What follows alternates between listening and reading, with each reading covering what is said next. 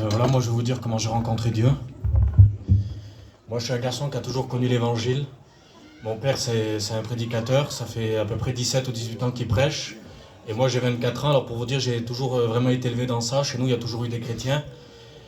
Mais voilà, c'est pas pour ça que je me suis donné à Dieu de bonheur.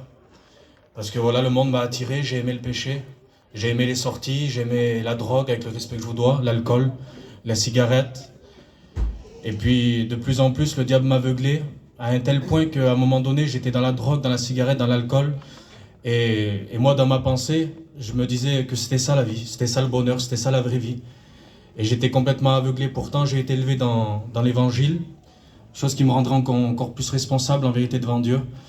Mais voilà, j'aimais le péché, j'étais un orgueilleux, j'étais un menteur.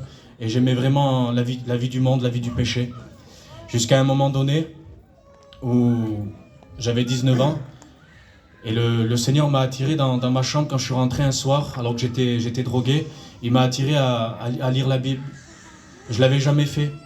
Et quand je l'ai fait ce soir-là dans ma chambre, j'ai commencé à lire la Bible. Je comprenais pas grand-chose ce que je lisais.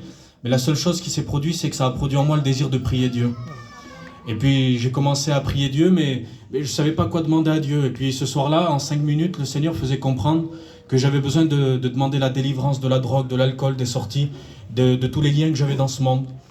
Et puis avec tous les témoignages, et malgré que voilà que j'avais pas rencontré Dieu avant, la prédication de l'évangile, je la connaissais. Je savais que Dieu était capable de délivrer, que Dieu était capable de sauver. Je savais tout ça.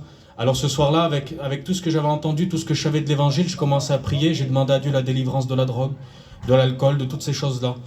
Et j'ai l'habitude de le dire dans mon témoignage. Je peux pas vous dire ce qui s'est passé moi dans la nuit, mais la seule chose que je peux vous dire, c'est que c'était un dimanche ce jour-là, et le dimanche soir, j'étais un drogué. Le lundi matin, je me suis relevé, j'étais complètement délivré.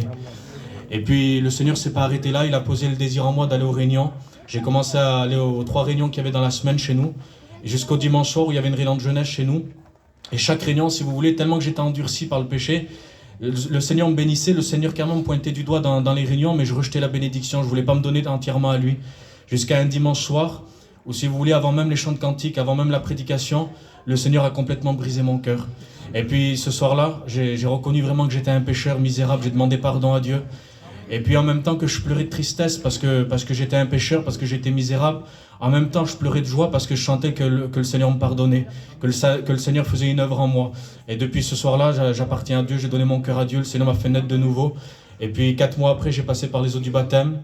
Et puis voilà, maintenant ça fait à peu près 4 ou 5 ans que j'appartiens à Dieu. C'est vraiment la plus belle chose que j'ai pu faire dans ma vie. Le jour où j'ai donné mon cœur à Dieu, le Seigneur a complètement changé ma vie, il a bouleversé ma vie. J'ai plus du tout été le même, du jour au lendemain, j'ai plus du tout été le même. Alors voilà, si tu veux que le Seigneur fasse quelque chose pour toi, approche-toi de lui, il peut vraiment le faire. Que Dieu te bénisse.